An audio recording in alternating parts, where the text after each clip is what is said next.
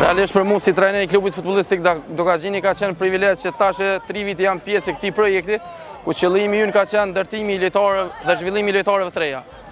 Falenderojmë drejtorin e klubit i cili ka pas durimin me na mbështet që të përgatisim dhe të zhvillojmë lojtarë të reja, të cilat janë rritur dhe janë zhvilluar në klubin e Dogaxhinit pa presion të rezultateve.